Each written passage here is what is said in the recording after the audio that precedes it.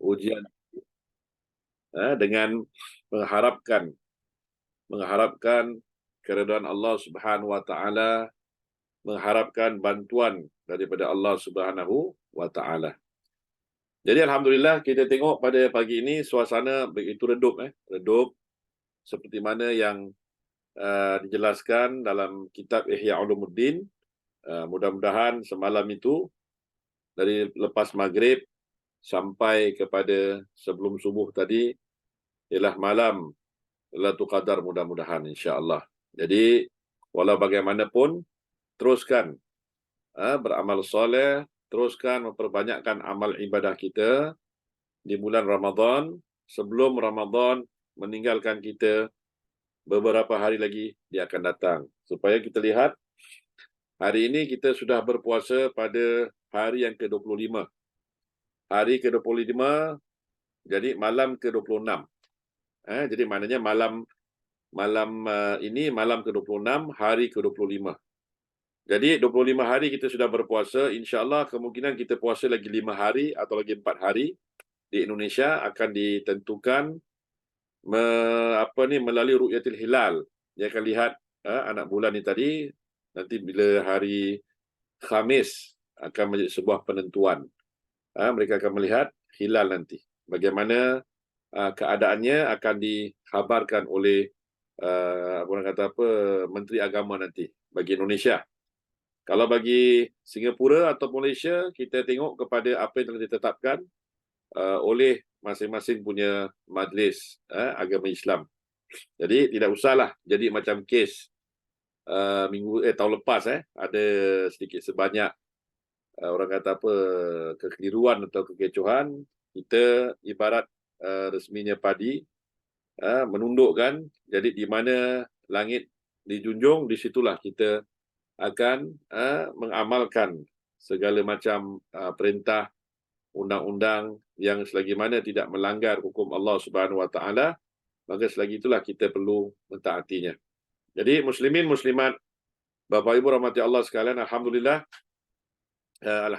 kita dapat istiqamah terus untuk menggunakan kesempatan waktu yang Allah berikan kepada kita pada pagi ini. Selain daripada kita mengambil kesempatan untuk rehatkan tubuh badan kita, untuk tidur lah istilahnya, untuk tidur, tetapi kita berkorbankan lagi masa kita 1 jam ke depan untuk kita menuntut ilmu Allah Subhanahu wa taala.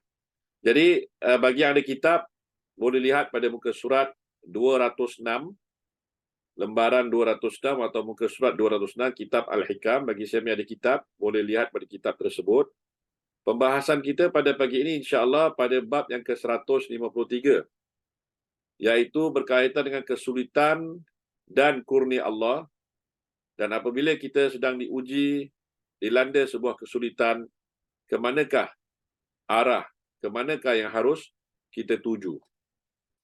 Jadi berkata Syekh bin Athaillah, urudul faqati a'yadul muridin.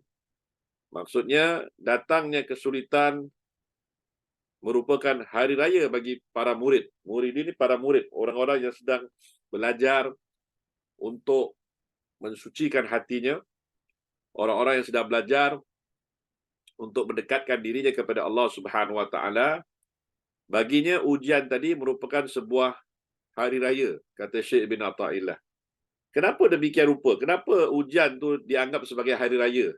Jadi penjelasan daripada Syekh bin Athaillah, bagi mereka yang sedang berlatih untuk mendekatkan diri kepada Allah Subhanahu wa taala, taqarrub ila Allah, kesulitan, ujian, rintangan sebuah kehidupan tadi merupakan jembatan yang kena dilalui, yang harus dilalui oleh mereka untuk mendapatkan, untuk mencapai sebuah kemenangan atau mencapai sebuah tujuan. Yang ini untuk apa? Untuk mendekatkan diri kita kepada Allah Subhanahu wa taala. Jadi kesulitan yang kita hadapi untuk mencapai sesuatu yang tertunda sebenarnya. Jadi bila kita menghadapi kesulitan, kesulitan itu tadi di sebalik kesulitan atau kesusahan kehidupan yang kita hadapi yang sementara waktu namanya ini, Kerana tiada sesuatu ujian atau tiada sesuatu orang kata apa, musibah yang ditimpakan ataupun yang diuji Allah Subhanahu Wa Taala kepada hamba-Nya tadi, ujian yang dikatakan berterusan sampai bila-bila, tak ada. Semuanya ada masanya. Bila mana dikatakan ujian yang Allah turunkan ke dunia, ada tempohnya. Maknanya ada masanya, ada tempohnya, adalah dia punya deadline. Bila mana ujian tu mau diangkat oleh Allah Subhanahu Wa Taala. Jadi tiada yang bersifat abadi, kekal bila kita bicara tentang urusan duniawi kita ni tadi. Dan berkata Syekh bin Athaillah, di sebalik ujian tadi ada sebuah kemenangan, kemanisan. Kemanisan yang mana ujian yang Allah berikan tadi ialah untuk kita ni tadi ialah sebuah kemenangan atau sebuah kemanisan iman yang tertunda sementara waktu. Jadi bila mana kita dapat melewati, kita dapat menjalani ujian tadi dengan mendekatkan diri kita kepada Allah Subhanahu Wa Taala dan bersabar di atas dugaan atau ujian yang Allah berikan tadi, sudah pastilah bila mana kita dapat melaluinya, insya-Allah kita akan mendapat sebuah ketenangan, kemenangan. Kenapa kita kata kemenangan? Kerana kita dapat menaklukkan hawa nafsu. Jadi kemenangan tadi bukan sebuah pertandingan atau bukan sebuah, orang kata apa, kemenangan ni bersifat sebuah hal-hal yang kita sebutkan tadi, sebuah pertandingan atau sebuah perlumbaan, tidak. Tetapi kemenangan tadilah kita sudah menang. Maksud menang tadi ialah kita sudah dapat maknanya kekuatan untuk menguasai, untuk mengawal, untuk mengkontrol hawa nafsu kita, bisikan hawa nafsu kita daripada aslinya, daripada asalnya seringkali berbisik-bisik untuk mengajak kita melakukan kejahatan. Akhirnya nafsu tadi berubah arah tujunya, berubah directionnya daripada mengajak kita berbisik-bisik untuk kejahatan. Akhirnya dia ikut dorong sama untuk melakukan sebuah kebaikan. Inilah sebuah kemenangan yang dikatakan Syekh Ibn Athaillah ketika seseorang itu sudah melalui sebuah proses, kesulitan demi kesulitan, ujian demi ujian, akhirnya dia sudah dapat melaluinya dan pada penghujungnya sudah tentulah dia akan mendapat sebuah kedudukan di sisi Allah Subhanahu Wa Taala, di mana dia akan dapat di situ, orang kata apa, mata hatinya akan terbuka, akan dimasukkan ke dalamnya nur cahaya Allah Subhanahu Wa Taala, kemudian akan dituntunnya sampai bertemu Allah Subhanahu Wa Taala di yaum mahsyar nanti. Jadi muslimin muslimat, Bapak Ibu rahmati Allah sekalian, madrasah Ramadan yang selama ini Allah berikan kepada kita selama 25 hari pada hari ini, mesti kita merasakan sebuah proses. Sebuah proses, dan dalam diri kita ni sampai ke hari inilah, kalau katakan semalam itu Lailatul Qadar, pada hari ini kita harus merasakan sebuah, orang kata apa, dorongan ataupun sebuah ketenangan tambahan, sebuah feeling yang lebih tenang, feeling yang lebih selesa. Hati kita lebih, orang kata apa, selama ni hati kita rasa sebuah kebimbangan, sebuah ketakutan, orang kata haruk piruk kehidupan, kita merasa sebuah tekanan, tapi hari ini kita rasa lebih lega, lebih ringan, dan kita rasa hati ini lebih tenang, lebih damai. Itulah dia sebuah kenikmatan yang tidak dapat digantikan oleh dunia dan segala isinya. Ketenangan itulah merupakan sebuah pemberian Allah Subhanahu Wa Taala kepada hamba-hambanya yang dipilih Allah Subhanahu Wa Taala untuk diberikan ketenangan tadi. Dan juga Syekh Ibn Athaillah mengingatkan kepada kita, rubbama wajadatal mazidi fil faqati ma la tajiduhu fil sawmi was salah.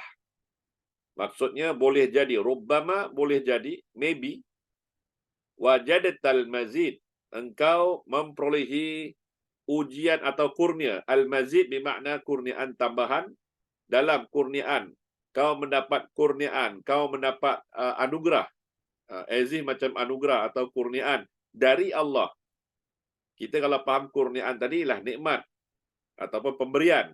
Tetapi kata Syekh bin Athaillah, boleh jadi apabila engkau mendapati, memperolehi kurniaan tambahan dalam ujian kesulitan. Nampak tak? Maknanya Syekh Ibn Athaillah nak menggambarkan kepada kita, janganlah sesekali kita menampakkan sebuah kesulitan tadi, sebuah kesulitan dalam kehidupan, ataupun tekanan dalam kehidupan, ataupun beban dalam kehidupan, sebuah musibah. Sebuah musibah atau malapetaka telah menimpa kita. Bahkan kita harus merelakan diri kita. Merelakan diri kita untuk menghadapi segala macam musibah, segala macam ujian, kesulitan kehidupan. Dengan apa? Dengan kita itu tadi mendekatkan diri kita kepada Allah Subhanahu wa taala. Kerana kunci daripada pembebasan daripada sebarang tekanan, bebanan hidup, stres dan sebagainya, kuncinya satu saja, iaitu zikrullah. Zikir, ingat kepada Allah. Semakin kita dekat kepada Allah Subhanahu wa taala, semakin kita akan merasakan sebuah ketenangan, walaupun sebesar mana sekalipun ujian yang nak menimpa kita, tetapi bila kita sudah tenang, kita sudah damai, kita akan dapat melaluinya dengan, orang kata apa, ujian tadi kita dapat laluinya dengan sebuah ketenangan, ketabahan dan kemenangan pada penghujungnya. Kenapa kemenangan? Kerana pada asalnya kita diuji dengan ujian tadi, yang akan merasakan tadi sudah tentu diri kita. Diri kita, dalam kita punya hati dia akan merasa. Bila ujian tu berat, yang akan merasakan bebanan tadi bukan di akal fikiran, tapi di hati. Begitu juga bila mana kita diuji Allah Ta'ala dengan orang mendiagnose, doktor ataupun hospital diagnose kita dengan sebuah penyakit, katakan. Yang akan merasakan sebuah penyakit tadi, bukan tempat yang sakit tadi, tetapi dalam hati kita yang merasakan sebuah kebimbangan, sebuah ketakutan dan sebagainya. Jadi bila punca ataupun masalah tadi, ataupun musibah tadi, dia menimpa ke dalam kalbu manusia untuk menciptakan sebuah kebimbangan, sebuah, orang kata, polemik, supaya kita ni tadi, Allah nak lihat sama ada ujian atau dugaan yang Allah berikan kepada kita tadi, kita kembali mengadu kepada Allah Subhanahu wa taala, kita takarub ilallah, ataupun kita mencari solusi dengan kita mencari manusia ni tadi. Justru itu hikmah ni tadi, kata Syekh Ibn Athaillah, bila mana manusia tadi diuji Allah Ta'ala, bila dia menampakkan ujian tadi dalam bentuk positif, maka akan menjadi sebuah positif lah. Proses-proses pemulihan tadi akan jadi hal yang positif bagi dirinya. Tetapi bila mana dia nampak ujian tadi sesuatu yang negatif, sesuatu yang merupakan membebani hidup dia, sesuatu yang akan rasa, ini akan merosakkan hidup dia, sesuatu yang rasa mungkin ini akan hidupnya takkan seperti dahulu kala, dan dia menggambarkan sesuatu ujian tadi sebagai satu yang negatif, bukan hal yang positif, bukan hal yang akan meningkatkan keimanan dia, maka hujung-hujung dia akan hidup dalam kekecewaan yang berterusan.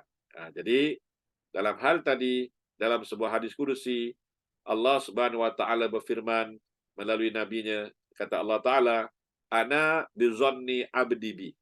Aku seperti mana yang hamba-Ku sangkakan. Ana bizanni abdi bi. Mana aku seperti mana yang kau sangkakan. Dalam pembahasan kita pagi ini, boleh kita lihat beberapa ayat Al-Quran untuk kita bertadabbur melalui firman Allah Subhanahu wa taala dalam surah Al-Imran. Dalam surah Al-Imran ayat 139, Allah Subhanahu wa taala berfirman kepada kita. Dalam ayat yang berbunyi, A'udzu billahi minasyaitonir rajim. Wa la tahinu wa la tahzanu wa antumul a'launa in kuntum mu'minin. Sadaqallahul azim, yang bermaksud, wala tahinu, janganlah engkau rasa lemah, jangan rasa lemah, jangan rasa semangat down atau tak ada motivation. Allah kata jangan. Dan janganlah engkau pula bersedih. Wala tahzanu, jangan kau rasa unmotivated, jangan kau rasa tidak bersemangat, jangan kau rasa seperti negatif kehidupanmu, jangan, kata Allah Ta'ala. Dan juga wala tahzanu, dan jangan juga kau bersedih, jangan kau berhati pilu. Wa antumul a'launa, kata Allah Ta'ala, bahkan kau ini tadi akan menjadi sebab kamu ini paling tinggi darjatnya. Wa antumul a'launa, kau ini paling tinggi darjatnya, posisi kehidupan kamu ini paling tinggi di sisi Allah Ta'ala. Kenapa? In kuntum mu'minin. Jika kau meletakkan dirimu dalam posisi, dalam kategori orang-orang beriman kepada Allah Subhanahu Wa Taala. Jadi ayat di atas tadi yang kita baca tadi mengingatkan kepada kita apa dia? Bahawa kita ni sebagai manusia, sesungguhnya Allah ciptakan dengan terlalu banyak istimewanya kita. Tidak tergambar istimewanya insan tu, Masya Allah. Kalau kita compare lah, comparison kita kepada makhluk-makhluk Allah yang lain, tak akan dapat ditandingi. Makanya manusia lah itu dia makhluk Allah yang paling sempurna.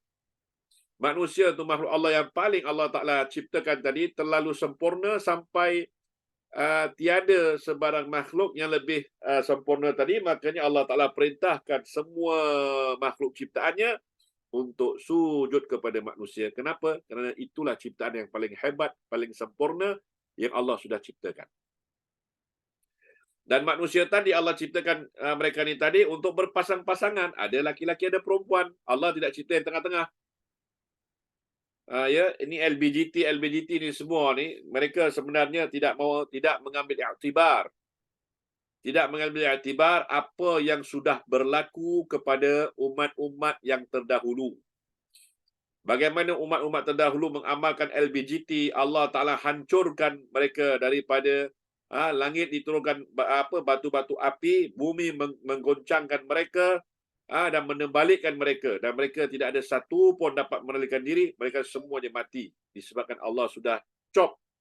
Azab Allah akan turun kepada mereka. Maka tidak ada satu pun akan dapat melarikan diri mereka. Justru itu muslimin, muslimat, Bapak Ibu rahmati Allah sekalian, renungkanlah. Di sebalik Ramadan, madrasah Ramadan ada beberapa hari ni tadi, sebelum Ramadan meninggalkan kita, renungkanlah. Muhasabahlah diri kita. Kemungkinan selama Ramadan yang lalu kita belum lagi sadar. Tahun-tahun yang lalu kita belum lagi sadar. Selama 40 tahun, 50 tahun kita belum sadar.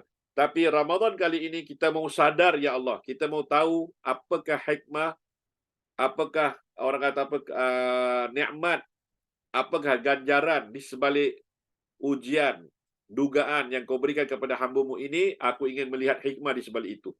Maka berikan kepadaku, ya Allah, kesabaran untuk melaluinya, dan juga bersangka baik terus kepadamu, ya Allah, dan juga istiqamah untuk melaksanakan segala apa yang kau perintahkan daripada hari ini, sampailah aku memejamkan mataku dengan kalimah tauhid di lidahku, akan mengucapkan kalimah terakhir, kalimah la ilaha illallah. Itu yang paling penting.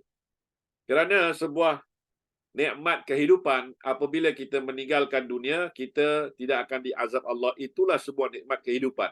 Tetapi ketika kita kata nikmat kehidupan itu tadi, berdasar apa yang kita menikmati sekarang ini, belum tahu kita meninggal dunia, bila kita masuk kubur nanti, kita terlepas daripada sebarang persoalan-persoalan yang akan ditanyakan kepada kita. Makanya bila kita faham konsep kehidupan tadi di dunia ini hanya sementara waktu semata-mata. Tiada satu pun yang akan kekal abadi. Tiada satu pun yang akan dapat kita bawa mati. Semuanya akan meninggalkan kita. Jadi fahamlah elok-elok tentang apa dimasukkan dunia ni tadi. Kemudian, tidak sepantasnya, tidak seharusnya kita merasa lemah dan bersedih.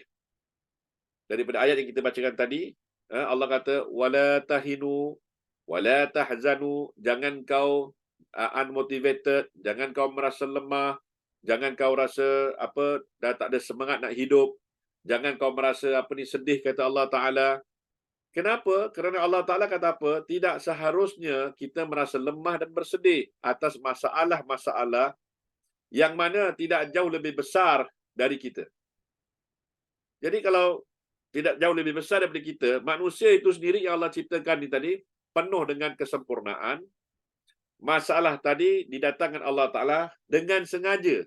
Kenapa saya kata dengan sengaja? Memang manusia ni hidup untuk diuji Allah. Kalau kita hidup tidak diuji Allah, untuk apa tujuan kita hidup? Dan bila kita kata kita ni orang beriman, tapi kalau kita belum diuji, bagaimana keimanan kita? Sudah tentulah kita harus diuji Allah Ta'ala. Kita harus diberikan, orang kata apa, sedikit sebanyak kesusahan, supaya dalam hal itu kita mula mengkoreksi diri kita, memperbaiki amal kita, dan memperbaiki niat kita, perasaan kita kepada Allah Ta'ala, dan janganlah kita bersangka buruk kepada Allah Subhanahu wa taala. Dan seterusnya, ayat itu juga mengajak kita apa dia? Untuk tetap bersemangat dan percaya akan adanya bantuan Allah Ta'ala saat kita sudah tiada jalan keluar. Maknanya there is no way, there is no exit, tiada jalan keluar, tiada lagi orang kata apa ke arah tujuan mana. Kita dah tak ada lagi sekarang ni. No entry. Jadi penghabisannya apa? Ya Allah, inilah aku ya Allah. Aku ni hamba-Mu ya Allah yang sudah tiada lagi jalan keluar. Aku ni hamba-Mu ya Allah yang sudah dah tak ada tempat lagi untuk aku mengadu ya Allah. Hanya sekarang Kau saja tempat aku mengadu. Kadang-kadang orang sudah sampai penghujungnya baru dia letak tikar sembahyang, dia sujud dan mengadu kepada Allah. Allah tetap akan mendengar doanya. Allah tetap akan membantu dia. Walaupun dah penghujung itu, seharusnya bukan penghujung. Di awal itulah, di awal dia diduga, diuji, langsung dia mengadu kepada Allah Subhanahu Wa Taala. Langsung dia beristighfar kepada Allah Subhanahu Wa Taala. Langsung dia kata, Ya Allah, maafkan aku, ini kesilapan diriku. Langsung dia nampak kesilapan dia.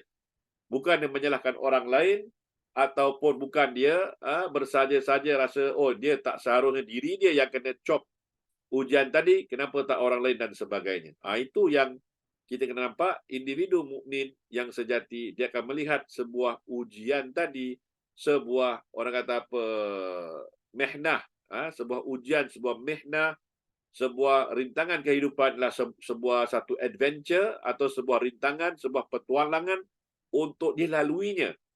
Bila dia sudah melaluinya dengan penuh kesabaran, penuh pengharapan, penuh orang kata apa, bersandar dirinya kepada Allah Subhanahu Wa Taala, dan dia yakin 101% hanya Allah dapat mengeluarkannya daripada ujian tadi, dan Allah pasti akan membantunya mengeluarkannya daripada ujian tadi. Ketika mana dia meletakkan Allah sebagai matlamat kehidupan dia tadi. Dan dalam banyak kisah dalam Al-Quran sudah menjelaskan tentang hal ini dan keadaan ini. Tinggalkan kita sahaja muslimin muslimat untuk kita menelaah kembali, merenung kembali kalamullah untuk kita mengambil manfaat daripadanya. Dan dalam satu ayat lagi daripada surah An-Naml, kalau tak silap, surah An-Naml. Dalam surah An-Naml ayat 62, Allah Subhanahu Wa Taala berfirman, yang bermaksud ni tadi, bukankah dia Allah yang memperkenankan doa-doa orang-orang yang dalam kesulitan. Allah kasih kita gambaran. Maksudnya, bukankah Allah Ta'ala ni tadi, dalam surah An-Naml, ayat 62, Allah menjelaskan dalam firman-Nya bermaksud, bukankah Allah Ta'ala ni, dia ni Allah Ta'ala yang memperkenankan doa-doamu. Doa orang yang dalam kesulitan. Apabila dia berdoa kepada Allah, dan Allah Ta'ala menghilangkan kesusahan dan menjadikan kamu manusia sebagai khalifah, pemimpin di muka bumi. Apakah di samping Allah ada Tuhan yang lain yang mana sedikit sekali nikmat Allah yang kamu ingat? Maknanya apa? Dalam hal ini Allah kata, qalilan ma tashkurun, dan hanya sedikit manusia yang bersyukur, beringat di atas apa yang telah Allah kurniakan. Jadi kalau kita faham konsep khalifatul ard, Allah kata khalifatul ard ataupun khulafaul ard, khalifah bumi ni tadi, maknanya apa? Kalaulah istilah kita ambil perbandingan, kita mengambil perbandingan ataupun kita mengambil sebuah perbandingan dan sebuah, maksudnya kita nak melihat comparison antara kita dengan makhluk-makhluk lain, kita nak bandingkan. Cacing dalam batu saja, seekor cacing yang hidup dalam batu, Allah sudah menjaminkan rezekinya. Bagaimana kita manusia yang khalifah Allah. Maksudnya khalifah ni ialah sebuah makhluk istimewa bagi Allah. Allah takkan tidak mau siapkan hal-hal yang baik buat kita. Cuma dalam hal tersebut mesti diujilah. Kerana Allah uji nak melihat sejauh mana khalifah aku ni beriman kepada aku ataupun tidak.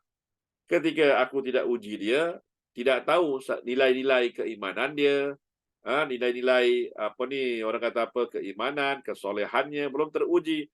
Jadi bila sudah diuji Allah Ta'ala, barulah Allah kata, oh ini betul-betul hamba-Ku yang beriman.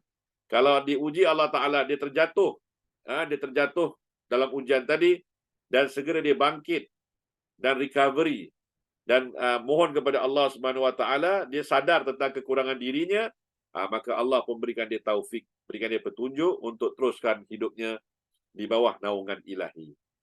Jadi bumi yang kita pijak ni tadi, kita kena yakin muslimin muslimat itu adalah milik Allah, karuniaan Allah kepada kita. Segala apa yang kita menikmati di atas piring kita, kita makan sahur tadi, minuman yang kita minum tadi, nanti sebentar lagi kita akan letakkan tubuh kita untuk berehat di atas katil, Dunlop pillow lah, King lah, macam-macam brand yang kita beli. Itu semua merupakan nikmat yang Allah berikan kepada kita. Jadi, bila Allah berikan nikmat-nikmat kepada kita tadi, Allah juga berhak untuk menguji kita. Sejauh manakah kita ni menjadi hamba Allah yang bersyukur di atas segala macam nikmat yang Allah berikan kepada kita. Begitu.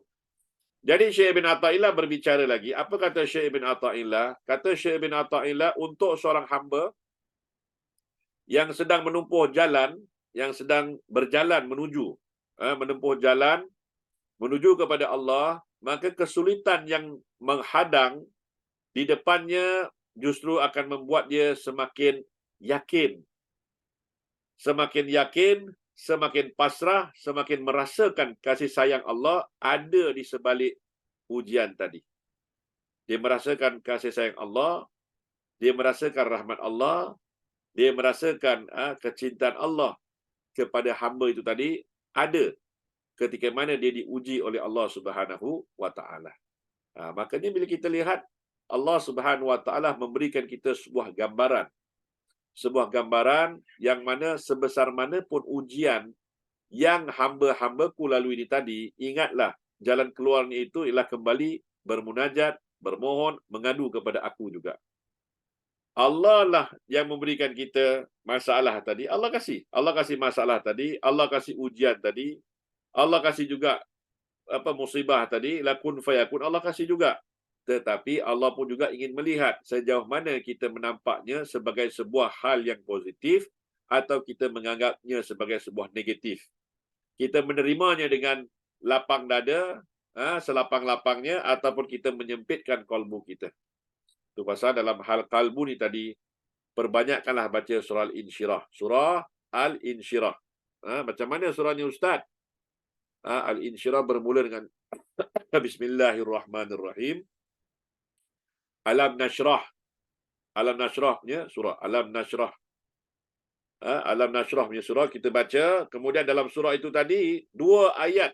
Allah sebut 2 kali untuk takkid.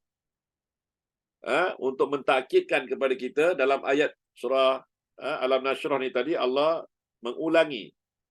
2 kali Allah ulang ayat apa dia?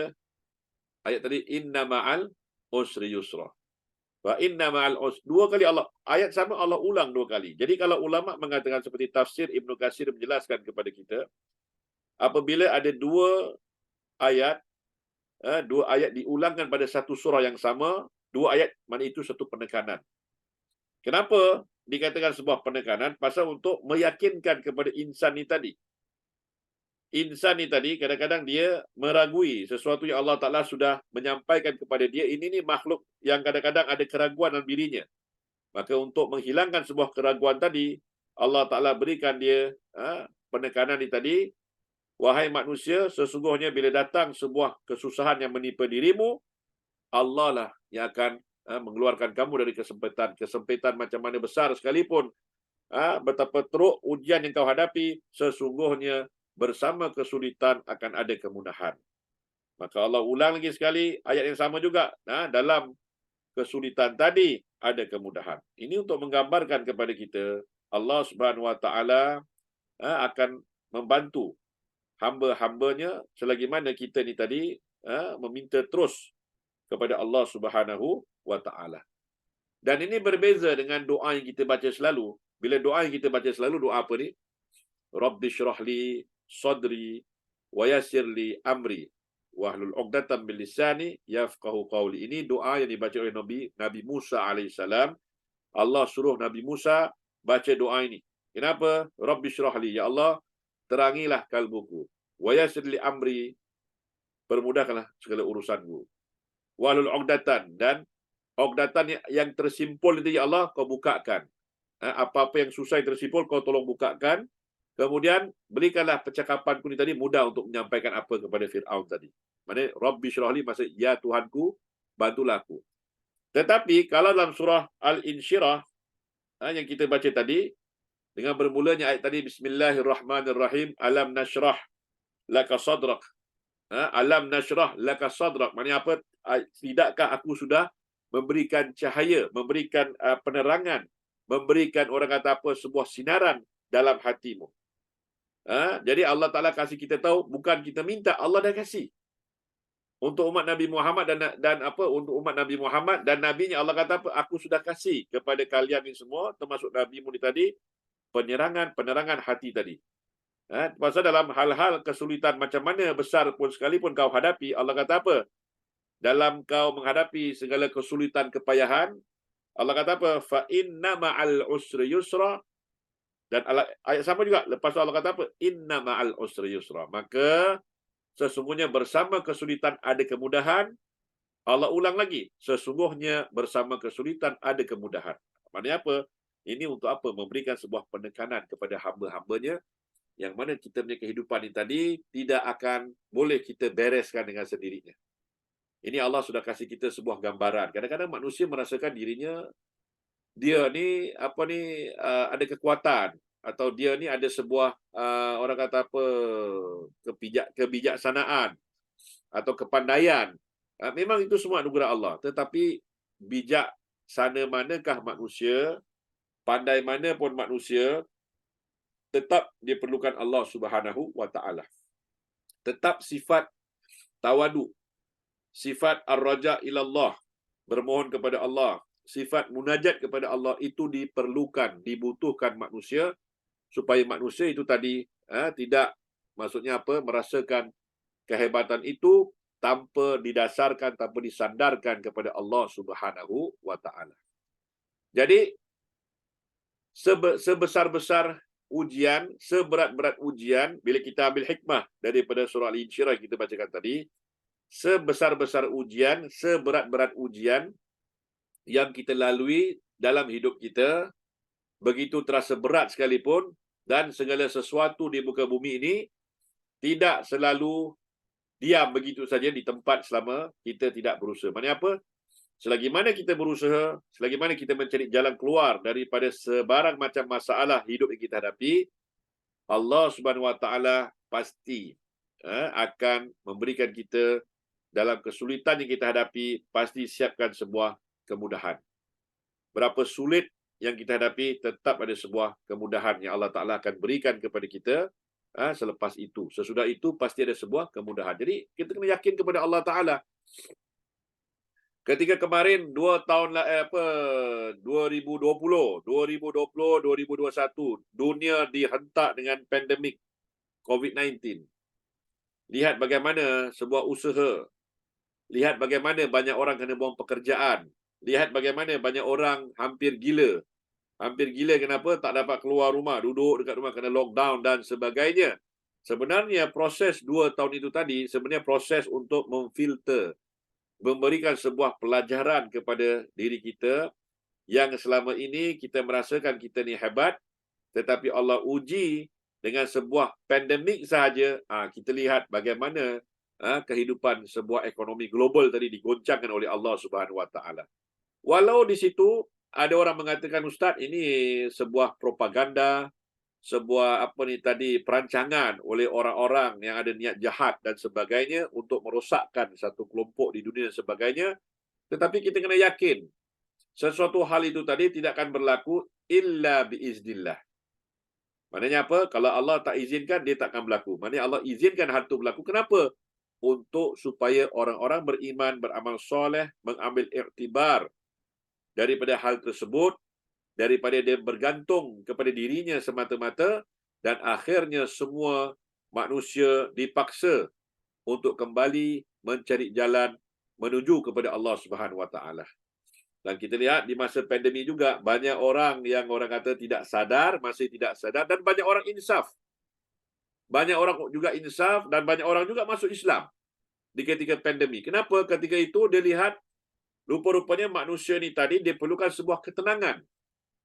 Walaupun dia kena sebuah penyakit COVID-19 dah sekalipun yang telah dikasih tahu di media dan sebagainya, ini sebuah penyakit yang berbahaya, berpuluh-puluh ganda lipat dan boleh cepat mati dan sebagainya. Tetapi orang beriman meyakini bahawasanya sesuatu berlaku itu ada hikmah. Sesuatu berlaku itu ada hikmah, sesuatu berlaku itu ada di situ Allah Taala punya urusan mentadbir hal itu, dan pastilah bila berlaku itu dengan izin Allah Subhanahu wa taala. Dan di pandemik juga ketika saya sambung belajar master degree, masya-Allah banyak pensyarah kami meninggal dunia disebabkan kena COVID-19 tadi, dan itu masya-Allah mati syahid. Seorang doktor yang mengajar saya, Dr. Taufik rahimahullah taala anhu, bicara, dia kata apa? Dia kata ketika ini masih hidup, dia kata bila mana seseorang itu tadi terkena sebuah penyakit dan penyakit itu dia bersabar di atas sebuah penyakit tadi, dia tidak pernah buruk sangka kepada Allah, bahkan dia yakin, ya Allah, ini penyakit menjadi asbab untuk penebus dosa, ini ujian menjadi asbab untuk apa? Hilangkan segala, orang kata apa, kotor-kotoran di hatinya. Ini ujian merupakan sebuah peningkatan iman, dan kalau ditakdirkan dua saja, kalau dia sembuh, semakin bertambahlah imannya, atau kalau dia meninggal dunia dengan penuh kesabaran, maka syurgalah jalannya. Begitu saya dikata, dia simple. Jadi kata, dan hal ini tidak perlu diragukan, kerana kematian itu akan datang kepada semua makhluk. Kita ni hidup kat dunia sementara waktu. Bila sementara waktu, tiada yang kekal abadi. Amat rugilah serugi-ruginya ketika seseorang itu hidup di dunia, dianggap dunia ni tempat dia untuk hidup selama-lama. Tidak, itu pahaman-pahaman orang yang tidak percaya, tidak beriman kepada hari kebangkitan dan hari akhirat.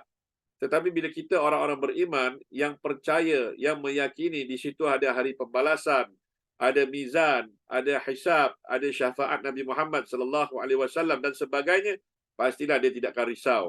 Tidak akan lebih risau. Kenapa? Dia tahu di situ sebuah perjalanan yang telah ditetapkan oleh Allah, meninggalkan dia oleh dunia, maka bergabunglah dia bersama Allah, Rasulullah dan orang-orang beriman, dan hidup lebih kekal abadi di situ. Itu sebuah pemilihan yang tepat ketika dia sudah dapat sebuah persiapan, sudah dapat lakukan sebuah persiapan. Yang kita risaukan mati mendadak. Itu paling bahaya. Mati mendadak merupakan sebuah malapetaka kalau kita memang tak ada persiapan apa-apa, belum sempat nak siap, kita mati katakan mendadak. So itu yang paling kita risaukan. Kalau kita dah ada amal walaupun sedikit kan, amal itu kita konsistenkan, dan kita ada sumbangan sedekah banyak dari rezeki yang halal, kita wakaf, kita infak, kita bantu pelajar-pelajar nak belajar agama, tak ada duit, kita bantu support pelajar degree, pelajar master, pelajar PhD, kita support belajar. Setidaknya bila kita meninggal, walaupun amal tak ada saham akhirat. Ini kan pula tak ada apa-apa, tiba-tiba pom langgar mati. Itu yang paling kita risaukan. Kenapa? Ketika itulah kita jadi orang yang paling miskin. Semiskin-miskinnya. Miskin di dunia tidak bererti. Maksudnya apa? Tidak mengapa kalau miskin kat dunia. Kerana itu sebuah hakikat perjalanan insan kat dunia. Kalau dia miskin, tak mengapa. Tapi jangan miskin di akhirat. Jangan sampai miskin di akhirat. Itu pasal ada 4 golongan manusia ni kita harus pilih. Ada 4 golongan manusia yang kat dunia ni tadi, yang 2 sengsara, 2 bahagia. Bagaimana ceritanya itu, Ustaz? 2 sengsara, 2 bahagia. 1, dia memiliki harta kekayaan yang melimpah ruah di dunia ni tadi. Tetapi kekayaan yang dimiliki ini tadi tidak lebih mendekatkan dia kepada Allah Ta'ala. Kekayaan dia miliki ini tadi, dia bukan semakin mendekati menjadi seorang saudagar yang dermawan, yang mengikuti jejak langkah Abdurrahman bin Auf, jejak langkah Osman bin Affan, jejak langkah Abu Bakar As-Siddiq, jejak langkah Nabi Muhammad sallallahu alaihi wasallam, tetapi dia ikut jalur yang lain, jejak langkah Fir'aun, Qarun, Hamam dan sebagainya. Jadi akhirnya apa yang berlaku ketika dia meninggal dunia, harta kekayaan itu jadi fitnah bagi dirinya, dan dia akan terus, harta tadi akan menjadi masalah baginya ketika jumpa Allah Subhanahu wa taala. Itu golongan pertama yang ada harta, kaya raya. Kekayaan dia tidak sedikit pun boleh bantu dia untuk melepaskan dia daripada azab Allah. Kekayaan dia tadi yang melimpah ruah dekat dunia, tidak sedikit pun dapat membantu untuk melepaskan dirinya daripada azab Allah Subhanahu wa taala. Itu yang pertama. Yang kedua, dia hidup miskin. Hidupnya sudah miskin. Sudah miskin hidupnya, tapi lebih parah lagi, sudah miskin tetapi tidak kenal Allah. Sudah miskin tetapi tidak mau beribadah kepada Allah. Sudah miskin tidak mau takarub ilallah. Sahabat Nabi juga ada yang miskin. Seperti Abi Hurairah, dia miskin, tetapi kemiskinan dia di dunia akan menyebabkan dia kaya di akhirat. Kenapa? Kerana dia menyedari bahawa sendirinya yang miskin tadi tidak akan selama-lamanya. Kemiskinan dihadapi tadi, dia menikmati kemiskinan yang dihadapi dan dia menganggap itu sebahagian daripada ujian dunia supaya nanti bila meninggal, jumpa di akhirat, dia akan jadi orang yang kaya raya. Tetapi golongan yang ini dah miskin dekat dunia, dekat akhirat lebih miskin. Kenapa? Pasal tak kenal Allah. Kalau dia bersabarlah. Kalau di dunia dia bersabar sedikitlah tentang kemiskinan yang dihadapi, dia bersabar sedikit. Kenapa saya kata sedikit? Kerana tidak ada satu pun hal yang bersifat ever after, eternal life. Tak ada. Anda tengok Fir'aun sahaja yang hidup ribuan tahun, hidupnya sehat walafiat, kaya raya, Bani Israel habis dikerjakan habis-habisan, jadikan perbudakan manusia, jadikan budak, jadikan hamba. Orang sakit dia tak pernah sakit, orang kena macam-macam penyakit, jangkit dia tak pernah kena apa-apa penyakit, sehatnya bukan main, kaya raya, pangkat kedudukan tinggi. Tetapi itu sedikit pun tidak dapat membantu dia menebus diri dia untuk masuk syurga Allah. Subhanallah. Tidak sedikit pun, tidak satu pun harta dia, Fir'aun punya harta yang begitu banyak, emas, perak, intan, yakut, berlian dan sebagainya, semua itu tadi tidak sedikit pun dapat menebus dia untuk masuk syurga Allah. Bahkan bukan melahirkan sifat tawaduk, dia tak sedar yang semua ni Allah berikan, bahkan dia sombong kepada Allah, dia kata dia Tuhan. Dia kata ana rabbukumul a'la, dia kata aku ni Tuhan kamu, dia kata. Dia mengaku dia Tuhan. Macam mana dia mengaku dia Tuhan? Makanya dia bikin piramid tu tadi. Piramid kan, 3 segi tinggi betul dia bikin. Dia naik sampai atas. Lepas tu apa dia buat? Tengok ni semua rakyat-rakyat Mesir. Hari ini aku nak bunuh Musa punya Tuhan, dia kata. Dia bodoh-bodohkan lah. Rakyat dia celup sikit dengan darah apa, kambing apa. Dia ambil panah ni, dia shoot ke langit. Kau lihat, aku akan bunuh Tuhannya Musa. Sekarang aku tembak aku punya aku target panah ke langit, shoot kasih ke langit. Bila jatuh berdarah, dah matilah Tuhan Musa. Begitunya dia bodohkan. Dibodoh-bodohkan rakyat Mesir ni tadi. Akhirnya itu. Kekuatan dia, pangkat dia, kedudukan dia, orang respect dia, ada orang respect pasal kekayaan dia, ada orang respect pasal takut kepada dia, respect. Tetapi akhirnya tak membawa sebarang manfaat. Apa yang dimiliki semua itu tadi tidak menyebabkan dia boleh masuk syurga Allah. Akhirnya dia kena azab Allah Ta'ala. Sampai hari ini kena azab. Sampai hari ini kena azab. Malaikat bulan Ramadan. Pasal ini bulan umat Nabi Muhammad. Semua yang dikubur yang kena azab Allah hentikan sementara waktu. Mereka beruntung. Mereka beruntung sangat-sangat dapat sebulan rehat daripada azab Allah. Kenapa? Pasal datangnya bulan Ramadan. Makanya orang diazab kubur, direhatkan sementara waktu. Selepas itu, diazab terus Allah Ta'ala. Mereka menanti-nantikan datangnya orang mati dekat kubur, orang mati di kubur, menanti-nantikan datang bulan Ramadan. Yang hidup pula tak pernah merasa rindukan nak jumpa Ramadan akan datang. Itu yang paling problem. Yang dekat kubur, dia minta Ramadan, cepatlah datang Ramadan. Kenapa? Pasal kalau Ramadan tak datang, hari-hari kena seksa, kena azab. Tak henti-henti. Ramadan datang, alhamdulillah, syukur dia. Kenapa? Pasal tak kena azab. Allah rehatkan selama sebulan. Orang diazab kubur, rehat.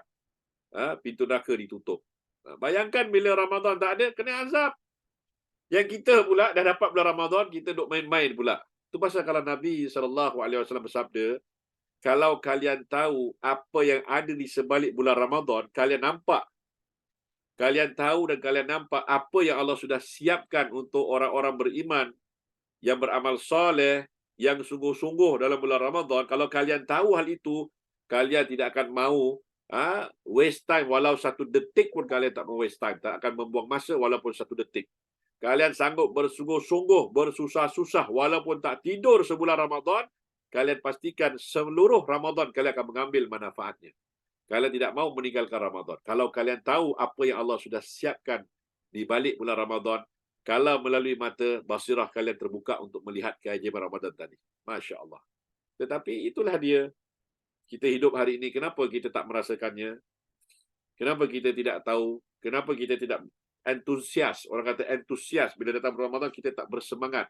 Ada orang kata, saya semangat, Ustaz. Ramadan datang, saya pun bersemangat. Saya happy. Saya antusias juga, Ustaz. Kenapa, bang? Ya, biasalah, Ustaz. Nanti bazar Ramadan banyak makanan, Ustaz. Masya Allah. Makanan pula yang dipikir. Dia kata, banyak makanan, Ustaz. Kat Pasar Gelang tu ada macam-macam makanan. Ada lauk pauk. Kalau tak ada Ramadan, tak ada tu semua, Ustaz. Ramadan ada, bazar ada. Ada jual baju-baju macam-macam. Baju kurung ada, baju kebaya ada. Macam-macam baju ada, Ustaz. Sampai pening nak pilih. Macam-macam baju ada. Tempat terlalu banyak jenis. Masya Allah, itu yang dia nampak. Makanya hari ini kita hidup dalam dunia yang penuh dengan penipuan. Kata siapa ni? Imam Ar-Rumi, Jalaluddin Ar-Rumi, Imam ni kata apa? Apa yang manusia lihat pada hakikat mata yang melihat sesuatu perkara itu tadi, itulah dikata apa? Benda yang bersifat bohong. Kata Imam Ar-Rumi, dia kata, apa yang mata penglihatan ni tadi, mata kasar, melihat sesuatu penglihatan, itulah sebenarnya sebuah kebohongan, bukan benda nyata. Maknanya apa? Kenyataan itu tadi bukan lihat dengan mata kepala, tetapi lihatlah dengan mata hatimu. Merasakan sesuatu dengan mata hatimu. Bagaimanakah kau menggunakan mata hatimu untuk merasakan sesuatu, melihat sesuatu? Dengan itu tadi, zikrullah. Dia tak lari. Dengan ingatan kita kepada Allah. Dengan zikir kita kepada Allah. Di situlah, bila kita ada zikrullah, kita ada ingatan kepada Allah yang tulus, di situlah Allah bukakan kepada kita untuk melihatkan dunia yang sebenarnya. Bila kita faham dunia sebenarnya, tu pasal bila dibukanya hati para sahabat radhiyallahu anhum seperti Abu Bakar As-Siddiq, telah dibuka hatinya kepada Islam, telah dibukakan basirah untuk melihat tentang dunia, seluruh gudang yang dimiliki, dia infak untuk agama Allah Ta'ala. Seluruh gudang, harta kekayaan yang pernah dimiliki, semua dikasih untuk Islam. Kenapa? Pasal dia sudah nampak. Mata hatinya sudah merasakan. Mata hatinya sudah menampak sebuah kebenaran. Dan dia telah melakukan jalan yang benar. Dia menebus semua kekayaan dia untuk mendapatkan syurga. Akhirnya kata Nabi apa? Di antara 10 sahabat dijamin masuk syurga tanpa hisab. Kau yang pertama, wahai Abu Bakar As-Siddiq, radhiyallahu anhum. Subhanallah. Itu yang kita inginkan, muslimin muslimat. Tapi kenapa kita belum sampai tahap tu, Ustaz? Kenapa saya belum sampai makam itu? Kerana apa? Hati kita ni tadi belum lagi kita bersihkan dengan zikrullah. Ketika kita sudah bersihkan dengan zikrullah, sudah betul-betul bersih dengan kalimah Allah, dengan zikrullah, dan bila mana kita berdoa, tiada sebarang kemunafikan. Kita doa dengan penuh kesungguhan, penuh dengan kebenaran, melalui hati kita berbicara kepada Allah, bermohon kepada Allah, maka sudah tentulah Allah Subhanahu Wa Taala akan memberikan kita sebuah gambaran jelas tentang kehidupan dunia ini apa sebenarnya. Ketika itulah baru kita sadar, oh dunia ini, oh dunia, kau hanyalah tempat persinggahan yang sementara. Besok lusa belum tahu hakikat sebuah kehidupanku, dan kau dunia hanya menjanjikan sesuatu yang palsu. Ketika kau memberikan sesuatu yang palsu, aku memegangnya seakan-akan itu benda yang benar. Tetapi ketika aku membuka mata kepalaku, oh rupa-rupanya ini satu benda yang hanya bermimpi semata-mata, tiada yang dapat dikekalkan lagi abadikan. Itulah dunia tadi. Kita tertipu banyak dengan dunia yang kita hidup hari ini. Itu pasal bila sesuatu hal, kita tidak boleh kata apa, ini semua daripada Allah dan kepada Allah. Semuanya milik Allah. Tiada milik kita. Bila kita faham milik Allah, barulah kita faham hakikat dunia ni, betapa kecil urusan tentang dunia. Tetapi bila kita faham konsep kehidupan kita, hidup bersama Allah, hidup bertuhankan Allah Subhanahu Wa Taala, hidup mentauhidkan Allah, hidup atas landasan yang benar, kita sadar tadi, hati kita mulai sadar, Allah akan tunjukkan satu persatu kepada kita hal-hal yang baik yang harus kita lakukan. Wallahu a'lam bishawab. Jadi dalam surah Al-Insyirah ni tadi, Allah Ta'ala dah berfirman kepada kita berkaitan dengan apa ni tadi, tentang walaupun besar macam mana pun kita punya dugaan, tetap Allah Ta'ala berikan pertolongan, berikan kita kelonggaran, berikan kita kesenangan. Inti daripada memberikan, mesti ada usaha. Inti daripada Allah akan berikan, mesti ada ikhtiar di balik itu. Apa dia? Bersabarlah. Wala tahinu, jangan kau unmotivated, jangan kau tak bersemangat. Wala tahzanu, jangan kau sedih, jangan kau hampa. Allah kata kau akan tinggi kedudukannya kalau kau ada iman dalam hati. Jadi orang yang bersabar dan beriman dan beramal soleh. Itu. Kemudian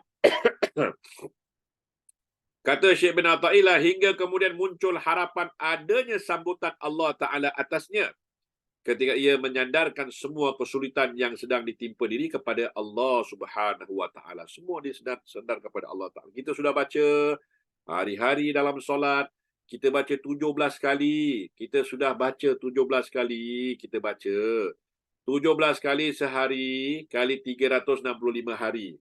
Kita hitung. 17 kali kita baca ni 17 kali yang kita baca dalam solat kita. 17 kali kali 365 hari. Berapa? 6,205 kali kita dah baca. Okey, sekarang usia kita berapa? Katalah lepas akil balik 15 tahun atau 12 tahun lah. Sudah akil balik, kita punya umur sekarang 60 tahun. 60 tahun, 58 tahun kita baca. Kita kalikan dengan 58 tahun. 359,890 kali kita dah baca. Kalau orang baca 10 kali dah boleh ingat, ini dah 359,890 kali dah baca. Tetapi tak masuk-masuk pun dekat kepala otak kita, tak masuk-masuk pun dekat hati kita. Apa dia? Ya Allah, iyyaka na'budu wa iyyaka nasta'in. Ya Allah, kaulah tempat aku, kaulah yang layak aku sembah, kaulah tempat aku bersandar, minta pertolongan, mengadu dan sebagainya. Berapa kali? Hampir 360,000 kali. Kita dah baca selama kita usia sekarang ni, kalau kata kita usia 60 tahun, dah 360,000 kali kita baca. Ayat itu, ayat yang sama, yang lazim kita baca dalam solat fardu kita, sehari 17 kali, sehari 17 kali, setahun 6,205 kali, kalikan dengan kita punya usia 52 tahun, dah hampir 360,000 kali kita baca. Masakan benda itu tak termasuk-masuk dalam hati kita. Kalau kita fikir, tak logik Ustaz, dah baca banyak, takkan tak masuk-masuk. Kerana selama kita baca di lidah. Tapi hati kita tidak pernah terketuk kalimah tauhid tadi. Masya Allah. Kita sebut di lidah. Kita baca di lidah, tapi hati kita tak pernah terasa di situ gemetar. Sebut kalimah Allah tidak pernah gemetar hati kita. Kita baca di lidah, tapi kita tak pernah rasakan keajaiban Allah Subhanahu Wa Ta'ala dalam nak membantu kita. Akhirnya ini yang berlaku. 360 kali kita ulang, tapi benda tu tak ada sebarang perubahan. Kenapa? Pasal lidah kita berkata-kata, tapi hati kita tak selari dengan lidah kita. Ini yang kita kena belajar hari ini. Masih belum terlambat. Hari ini anda jumpa wasilah. Saya sebagai wasilah, bukan saya kasih hidayah. Saya sebagai wasilah, Allah berikan anda berkesempatan jumpa. Kenapa? Pasal di sinilah ada jalan keluarnya. Ada jalan keluarnya, bagaimana caranya untuk kita mendapatkan kesedaran hati kita mulai hari ini. Supaya kita benar-benar bila beribadah kepada Allah Ta'ala, kita merasakan ibadah kita benar-benar untuk Allah Ta'ala. Bukan kita bicara ketika doa, kita berdoa, kita aminkan imam berdoa, tapi akal fikiran kita melayang entah ke mana. Akal fikiran kita terbang, tak tahu ke mana. Akal fikiran kita pergi, tak tahu ke mana. Dia punya pemikiran dan sebagainya, akhirnya kita lost. Makanya bila kita hari ini belajar zikrullah, orang nampak zikir tu mudah Ustaz, macam senang. Ya ke mudah? Memang betul zikir mudah. Tapi mudahkah anda ketika sesudah solat anda ingat kepada Allah? Ketika anda berdagang, anda ingat kepada Allah. Ketika anda makan, menikmati, mencicipi makanan anda ingat kepada Allah. Ketika anda berbicara, hati anda ingat kepada Allah. Mudahkah itu? Itu persoalannya, tak semudah yang diungkapkan. Pasal kalau saya sebut, kalau saya ajar kalimah simple pun, tapi kalau kita tak boleh buat, tak boleh konsisten, maka jadi susah. Pasal itulah dia bila kita faham 360,000 kali kita sebut iyyaka na'budu wa iyyaka nasta'in, yang selama ni dah usia 60 tahun, Kalau akil balik 12 tahun, 52 tahun, dia kena hukum taklif, kena ibadah solat kena laksanakan 17 kali sehari diulang, 6,205 kali dalam setahun, kalikan dengan 52 tahun, 360,000 kali dia sebut. Tapi hari ini hidupnya seperti itu sahaja. Makanya kenapa tidak menempel ke kalbu apa diungkapkan selama ini. Masya Allah. Itu pasal saya dah ulang banyak kali hadis Nabi. Nabi kata apa? Allah tak pandang jasad kamu. Allah tak pandang pangkat kamu. Allah tak pandang kedudukan kamu. Allah tak pandang kamu siapa. Kamu presiden ke? Kamu Perdana Menteri ke? Kamu siapa? Allah tak pandang. Tapi Allah pandang apalah hati kamu tadi. Hati kamu ni ada apa? Kau takkan boleh berbohong sama Allah Ta'ala. Kau tidak akan dapat berbohong. Kau tidak akan sama sekali dapat berbohong kepada Allah Ta'ala apa dalam hatimu. Jasadmu kau boleh bikin. Kalau jasad kita, orang kata apa, perwatakan kita, pakaian kita, songkok kita, peci kita, serban kita, ataupun kita punya kod, kita punya jas, kita punya kekayaan ni semua, kita rasa seakan-akan kita ni orang benar. Kita ni orang kaya, kita ni orang kedudukan. Tapi bila Allah pandang kita, orang yang paling hina, tak ada siapa yang boleh muliakan kita. Kalau Allah sudah hinakan kita, Allah kata, hey hamba, kau aku hinakan. Tak ada satu makhluk pun boleh muliakan kita. Tapi bila satu dunia tidak memandang kita, tapi Allah muliakan kita, langit dan bumi semuanya akan angkat kita, angkat kedudukan kita, kau dimuliakan. Walaupun seluruh makhluk di bumi, yang hujung tanjung daripada barat sampai ke selatan, utara sampai ke mana, tidak mau muliakan kita. Tapi Allah kata, hey hambaku, aku muliakan kau kerana kau dalam dirimu, dalam hatimu ada zikrullah kepada aku. Seluruh makhluk yang nak hinakan kita, bila Allah kata aku muliakan kau, tak akan mampu menghinakan kita. Itu pasal hal tersebut kita kena faham betul-betul. Dalam hal ini, muslimin muslimat, kita kena sadarkan diri kita. Kita nak jadikan Ramadan kali ini bukan Ramadan yang biasa-biasa, tapi luar biasa. Kerana perjalanan kita ni menuju kepada Allah ni tadi, kita kena sadar. Selama kita dah berjumpa dengan Ramadan, berpuluh Ramadan. Berpuluh Ramadan. Kalau kita hidup selama 60 tahun, 60 tahun punya Ramadan kita dah berjumpa. Yang kita dituntut mungkin 52 tahun, 58 tahun punya Ramadan ataupun 48 tahun punya Ramadan, kita dituntut untuk apa? Untuk bikin ibadah puasa, solat dan sebagainya.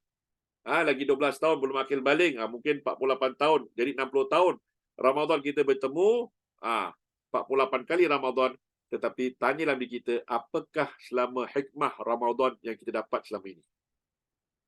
Apakah spirit semangat Ramadan yang masuk dalam diri kita? Apakah orang kata apa, sebuah dorongan, motivasi dalam bulan Ramadan yang telah mengubah diri kita? Mengubah diri maksudnya apa? Mengubah hati kita. Kemunafikan kita, kebohongan kita, apakah sudah berubah hal itu? Apakah Ramadan kali ini, ya Allah, telah benar-benar aku ni disuci, dibersihkan daripada segala dosa dan maksiat yang selama ini aku lakukan? Itu pasal kita kena muhasabah terus kepada Allah. Jangan anggap Ramadan ni seperti Ramadan kemarin. Sama je Ustaz, Ramadan kemarin, sama juga, tak ada beza. Ramadan tetap Ramadan. Itulah dia sayang, 1000 kali sayang. Kerana dia telah tak nampak hikmah. Dia tak nampak sebuah rahsia, sir yang Allah letak dalam Ramadan tadi. Dia tak nampak hal tersebut. Maka dia rasa seperti biasa di Ramadan. Nanti bila masuk bulan Syawal, bulan Zulqa'aidah, Zulhijjah, dan jumpa lagi satu Ramadan lagi, macam biasa saja, dia tak ada sebarang perubahan. Inilah dia paling berbahaya. Kita sebagai orang beriman, dia akan merasakan sesuatu yang istimewa. Sesuatu istimewa bila datang Ramadan. Masya Allah, kali ini Ramadan aku merasakan sebuah keistimewaan. Rasa sebuah semangat, sebuah orang kata apa, motivasi untuk betul-betul beribadah dengan penuh kesungguhan kepada Allah Ta'ala. Baru dari situ dia dapat rasakan sebuah perbezaan. Sebuah perbezaan bila masuk bulan Syawal, Zulqa'aidah dan Zulhijjah. Itu pasal Ramadan sebenarnya momentum. Ramadan lah itu dalam dalam setahun, sebulan Ramadan tadi ialah sebuah momentum yang akan menetapkan direction kehidupan dia selama 11 bulan yang akan datang. Dia bukan New Year. Orang kata 2024. Happy New Year. Baru kita letak kita punya planning. Tak. Ramadan inilah kita set kita punya target. Ramadan inilah kita set kita punya perancangan. Kenapa? Ketika di bulan Ramadan, di situlah kita betul-betul jernih. Kenapa jernih? Pasal apa? Di situ tiada lagi bisikan syaitan, bisikan iblis, tiada lagi. Yang ada cuma hawa nafsu. Itu kita kena kawal, kita kena kontrol dia, kita kena latih dia, kita kena jinakkan dia, kita kena didik dia. Dan juga bila bulan Ramadan juga, kita dalam proses menjadikan kita orang yang baru. Orang yang baru untuk lagi setahun akan datang. Orang yang bersemangat untuk lebih setahun akan datang. Setiap detik-detik Ramadan tadi kita harus merancang. Merancang sebuah perancangan bagaimana kehidupan kita untuk lagi setahun akan datang. Kita kena rancang di Ramadan. Dan Ramadan inilah bagi saya sebaiknya kita meletakkan sebuah kita punya perancangan untuk setahun, 5 tahun, 10 tahun akan datang. Apa yang kita achieve di Ramadan yang akan datang. Ramadan ke Ramadan. Itu yang kita inginkan. Dan kita nampak Ramadan ini sebuah, orang kata, bulan yang istimewa bagi kita. Mungkinlah 25 hari yang lalu kita tidak sadar. Mungkin 25 hari yang lalu kita tak nampak sebuah gambaran tentang kita punya kehidupan. Mungkin 25 hari yang lalu kita masih lalai alpa, masih ingat tentang mengejar-ngejarkan dunia. Kita kena faham betul-betul muslimin muslimat, maksud mengejar dunia, nanti ada orang faham, oh ustaz, maknanya kita kalau kata orang kejar dunia, maknanya dia kena kerja keras, kerja sungguh-sungguh. Bahkan Nabi perintahkan kita bila kerja kena itqan, kena ada kesungguhan. Kena ada kesungguhan, kena ada orang kata apa, konsistensi, kena ada fokus, kena ada betul-betul semangat bila bekerja. Kenapa? Di situlah titik peluh kita yang halal, yang akan kita bawa balik berikan diri kita dan anak isteri kita makan dan ahli keluarga kita. Jadi bila mana orang kata kejar dunia, itu bukan kejar dunia. Maksud kalau orang kejar dunia, maksudnya dia tidak jelas tentang kenapa dia nak kaya. Kenapa dia ingin menjadi seorang kaya raya? Dia tak jelas. Matlamat dia belum jelas. Kemudian kenapa nak jadi seorang yang berilmu, katakan. Dia tak jelas juga. Kenapa nak apa? Kadang-kadang bila kita tanya pada anak muda kita, kenapa belajar nanti dah habis degree nak buat apa? I don't know. Maybe I wait until I finish then I think about it. Itu bahaya. Kenapa? Perasaan dia tidak meletakkan sebuah target dalam kehidupan dia. Kita tanya dia nanti kalau lepas habis belajar secondary school, katakan O level, where you want to go? Maybe I think let me see first I see how. Later I will tell you about it. Dia kata gitu. Dia tak dapat gambaran jelas. Itu bahaya sebenarnya. Kalau kita tanya pada anak-anak muda zaman Rasulullah, mereka sudah nampak gambaran ke arah mana mereka punya perjuangan. Ke arah mana mereka inginkan, target kehidupan ke arah mana. Tanya pada sahabat-sahabat Nabi radhiyallahu anhum, mereka tahu dasar kehidupan tu untuk apa, ketika hidup ini di dunia untuk apa. Kenapa nak kena hidup kat dunia ni dan kena sungguh-sungguh dan jadi yang terbaik. Kemudian ketika berhasil, okey, hasil tadi untuk ke arah mana. Kemudian bila meninggalkan dunia, apa yang telah diusahakan, pastikan di situ ada legacy yang akan meneruskan perjuangan dia untuk umat. Pasal hari ini muslimin muslimat, kita hidup bukan untuk diri kita, tapi kita hidup ialah untuk kerana Allah Subhanahu Wa Taala. Bila kita nampak Allah matlamat kehidupan kita, Allah lah tempat kita segala-galanya, barulah jelas tentang bagaimana komitmen kita untuk lagi 11 bulan akan datang. Kita merancang sesuatu perancangan, tetapi Allah Ta'ala mentakdirkan sebuah perancangan itu sama ada jadi atau tak jadi, itulah balik kepada Allah Ta'ala punya kuasa tadi. Jadi bila kita ingatkan sebuah kebaikan, bukan perancangan kita itu tadi, kita kata, Ya Allah, perancangan ini kena jadi seperti mana aku nak. Tidak. Ya Allah, aku merancang, yang menentukan diri, yang menentukan adalah Kau saja, Ya Allah. Setiap perancangan pasti ada kelemahannya. Maka, Ya Allah, dalam kelemahan itulah, tolong hadir, Kau berikan kelemahan jadi kesempurnaan. Kita minta kepada Allah. Jadi kalau kejayaan itu berlaku, bukan aku. No, bukan aku. Inilah Allah. Allah lah yang memberikan kepada aku kemampuan untuk melaksanakan apa yang aku lakukan sekarang ini. Itu pasal kalau kita lihat, kita jangan mengau diri kita. Kita nampak Allah Subhanahu Wa Taala. Jadi bila kita faham konsep kehidupan tadi, kata Syekh Ibn Atha'illah dalam sebuah perkataan, dia ingatkan kepada kita, Al-faqatu busutul mawahibi. Maksudnya apa? Al-faqatu busutul mawahibi, bermacam-macam kesulitan itu merupakan hamparan pemberian Allah Subhanahu Wa Taala. Jadi bermacam-macam ujian, bermacam-macam dugaan, itu merupakan apa? Itu merupakan pemberian Allah. Kenapa? Di sebalik ujian tadi terletaknya pemberian Allah Subhanahu Wa Taala. Dan dalam kita lihat dalam surah dalam surah Al-Baqarah contohnya, Allah Taala berfirman kepada kita, menjelaskan kepada kita tentang kehidupan ini tadi, ayat 112. Allah Taala berfirman, A'udzubillahi minasyaitonirrajim.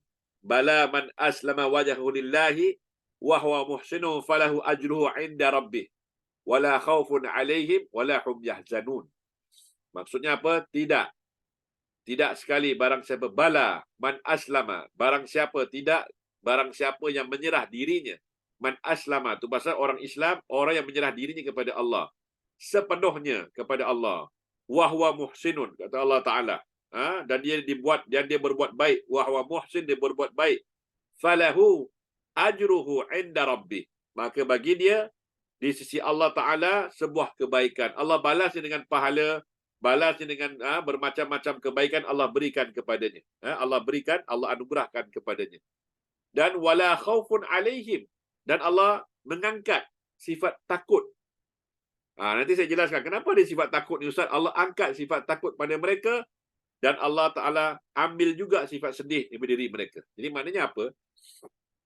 Dalam ayat yang lain Allah Ta'ala berfirman tentang bab ujian juga. Sorry ada apa nasib baik pasal kita tengah puasa kan, tekak tengah sakit, tak boleh minum air lah.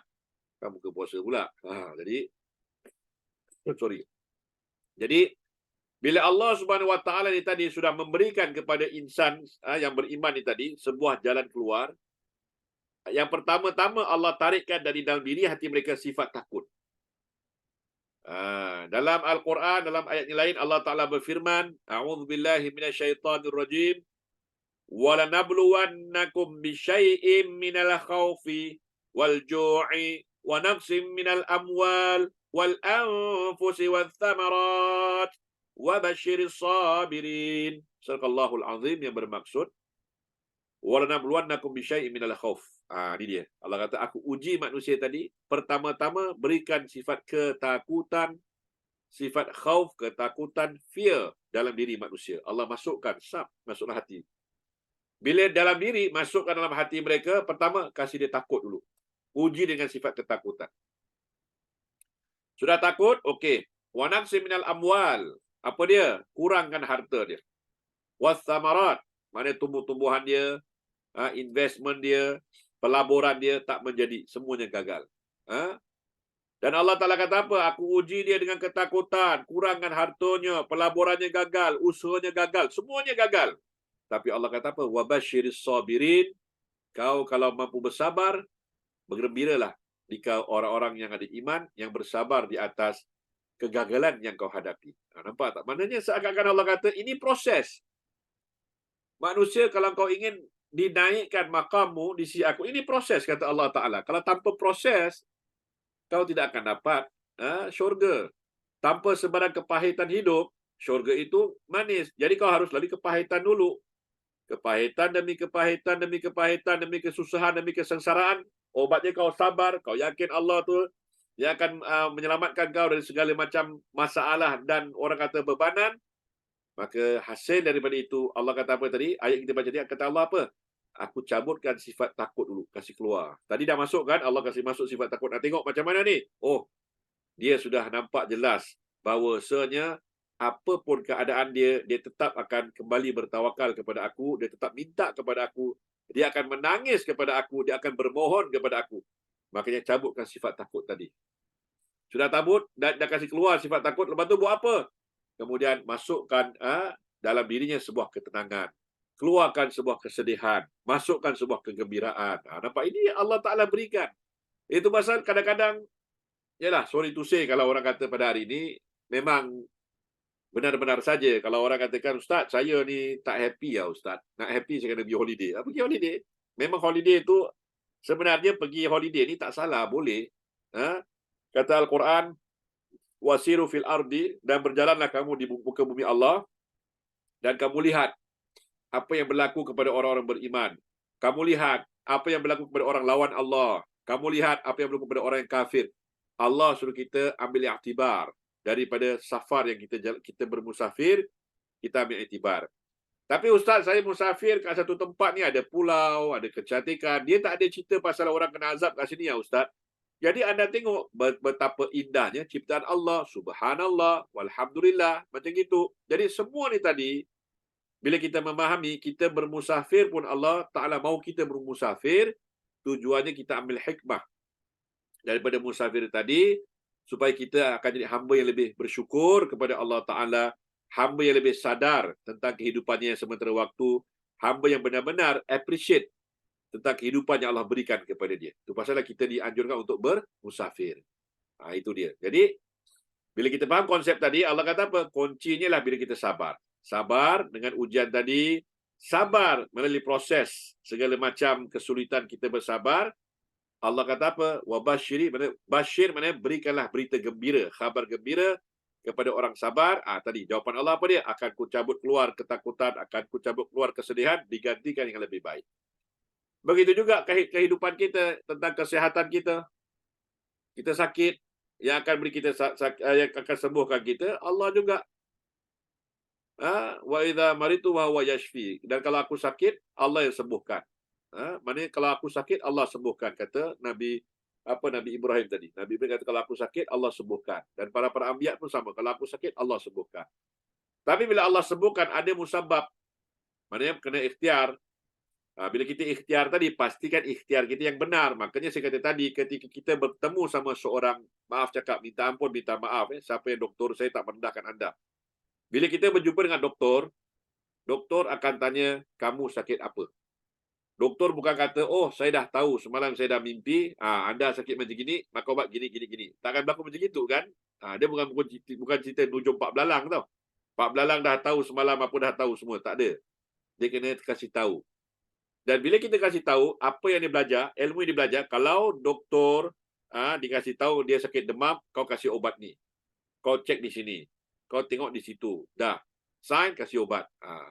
Masalah hari ini, yang doktor belajar tak salah. Pasal itu ilmu yang dia kena belajar. Tetapi yang kita ni menerima sesuatu, kita kena faham. Ketika mana seorang doktor yang manusia biasa, walaupun dia belajar dia manusia biasa, menyatakan sesuatu penyakit tiada obatnya, itu sudah bercanggah dengan apa yang Nabi SAW sebutkan. Makanya kita nak beriman kepada doktor atau beriman kepada Rasulullah. Nabi kata amal, likulli da'in lahud dawa. Kata Rasulullah, likulli da'in lahud dawa. Semua yang penyakit ada dia punya kesembuhan. Semua penyakit ada kesembuhannya. Illal maut, kata Nabi. Kalau mati dah sampai, maka tiada cerita sembuh. Kalau dah mati, matilah. Tapi likulli da'in lahud dawa. Semua penyakit ada dia punya kesembuhannya. Maknanya bila ada kesembuhannya, kita harus bijaksana. Nabi suruh kita jadi orang bijaksana ketika kita terima obatan-obatan daripada doktor tadi. Hal yang pertama kita kena tanya apa dia? Apakah dia bahan halal ataupun haram? Ini kita kena tanya. Kenapa saya kata begitu? Minta maaf, minta ampun. Ini saya kena kasih tahu kenapa saya kata begitu. Kerana Nabi juga bersabda, Nabi kata, wahai Sa'ad, perbaikilah makan minummu. Sesuatu benda yang haram masuk dalam perutmu, wahai Sa'ad, 40 hari kau doa Allah tak ijabahkan. Masya Allah. Satu sahaja bahan yang haram masuk dalam mulut kita, yang kita kata obat, masuk dalam mulut kita yang haram, kata Nabi SAW, 40 hari doa kita Allah tak ijabahkan. Macam mana kita berdoa-doa tapi tak sembuh-sembuh? Pasal balik pada hadis. Dan nanti ada orang bantah. Pasti kalau ada orang bantah, oh ini benda darurat. Benda itu ini darurat Ustaz, terpaksa. Ad-darurat tubihul mahzurat. Bila datang darurat, benda yang tak boleh dibolehkan. Bagaimana kita kata darurat? Bila datang darurat, benda yang tak boleh dibolehkan. Tapi darurat, ad-darurat tuqadri biqadriha. Kaedah itu juga melekat. Darurat ada parametersnya. Ada boundary-nya. Selagi mana tiada sebarang alternatif, mana itu sajalah satu obat-obat yang digunakan untuk merawat. Saya tak suka gunakan menyembuhkan. Pasal sembuh kerja Allah. Merawat kerja manusia atau kerja obat. Merawat. Kenapa betul-betul? Merawat. Itu ikhtiar kita untuk merawat. Allah yang sembuhkan. Ketika mana itu usaha untuk merawat, itulah satu-satunya yang ada di dunia, maka kita kata itu darurat. Makanya walaupun dia benda yang haram sekalipun, maka hukum darurat berlaku dan termasuk dalam parameter boundary yang kita bicarakan. Tetapi bila mana di luar sana ada alternatif-alternatif yang halal untuk merawat penyakit yang sama, tetapi kita tidak percaya, kita percaya pada doktor sahaja, seakan-akan doktor itulah seorang Nabi yang sudah memberikan wahyu, tak boleh ditolak, tak boleh diprotes. Ini yang jadi masalah kehidupan kita hari ini, masalah keimanan. Itu pasal saya katakan hari ini banyak tempat, banyak lokasi kita pergi, mereka cuma nak ubahkan kita daripada kepercayaan kita. Kita sudah ada Nabi, seorang Rasul yang tidak berdosa. Mana tidak ada Nabi ni, orang kata tak membawa sebarang dosa. Maksum, Allah pelihara dia. Percakapan dia merupakan wahyu Allah. Wa ma yantiqu anil hawa in huwa illa wahyun yuha. Muhammad ini, Nabi Muhammad tidak akan berbicara ikut suka hawa nafsunya. Melainkan semua itu wahyu datang dari Allah Subhanahu Wa Taala. Mana wahyu Allah? Allah sudah hantar Nabi sebagai wahyu. Dan Nabi dah tunjukkan dalam kitab Tibbun Nabawi, cara perubatan ala Rasulullah. Kita tak pernah baca, kita tak pernah ambil tahu, kita tak nak tahu pun, kita ni ambil satu alternatif. Jadi salah siapa? Sekarang saya tanya, salah siapa? Siapa yang salah? Apakah, sebab saya kata tadi, bila kita nak melihat, nak muhasabah, bila saya kata nak muhasabah, bila kita muhasabah, semua daripada akarnya.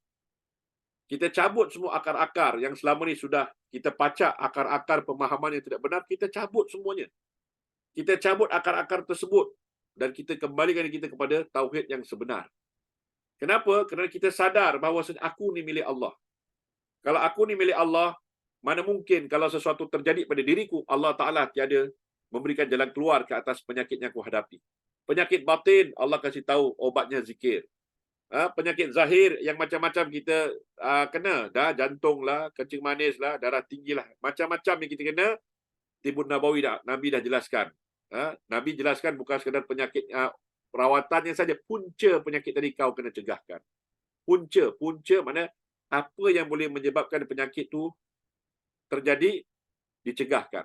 Ini cara Tibbun Nabawi tadi. Itu pasal kita kena faham elok-elok benda tersebut.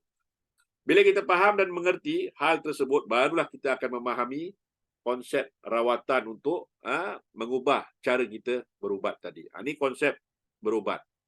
Konsep rezeki. Cari rezeki tadi. Kita bikin planning, kita bikin perancangan, kita bikin usaha, kita bikin ikhtiar. Tapi dalam modal yang kita bekerja tadi, kita mengambil wang riba. Bagaimana akan dapat sebuah keberkahan? Kita ambil loan itu ada riba, ada interest, ada riba. Macam mana ada keberkahan dalam usaha kita? Kemudian bila kita nampak, bila kita dapat daripada hasil wang riba ni tadi, kita pinjam, kita bikin usaha, kemudian usaha kita booming, Masya Allah, kaya raya kita. Tapi kita tengok, kenapa aku ni susah nak solat kadang-kadang. Solat 5 waktu kadang-kadang berat. Kemudian bila nak bikin sunat pun jadi berat, kadang-kadang tak bikin terus. Nak baca Quran pun jangan cakap susah sekarang ni. Kemudian nak zikir pun susah. Itu maknanya istidraj. Allah berikan tapi Allah tidak mau berkahi. Itu pasal yang konsep rezeki tadi Nabi dah ajar kepada kita, mintalah keberkahan daripada Allah untuk rezekimu. Bukan minta yang banyak, minta yang halal lagi berkah. Allah berikan kepadaku rezeki yang halal lagi berkah ya Allah. Ketika dia halal berkah, bila berkah ini akan bertambah. Yang berkah inilah menjaga penambahan tadi. Akan ada penambahan dalam keberkahan tadi. Itu yang paling penting.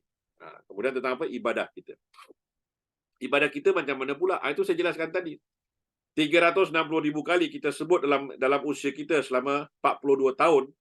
360,000 kali selama 52 tahun kita beribadah kepada Allah Subhanahu Wa Taala. Tetapi kita punya kesedaran tadi, kehusyukan kita masih sampai sekarang tak dapat lagi. Kenapa? Pasal apa yang kita sebutkan selama ini tidak terpahat dalam kalbu kita.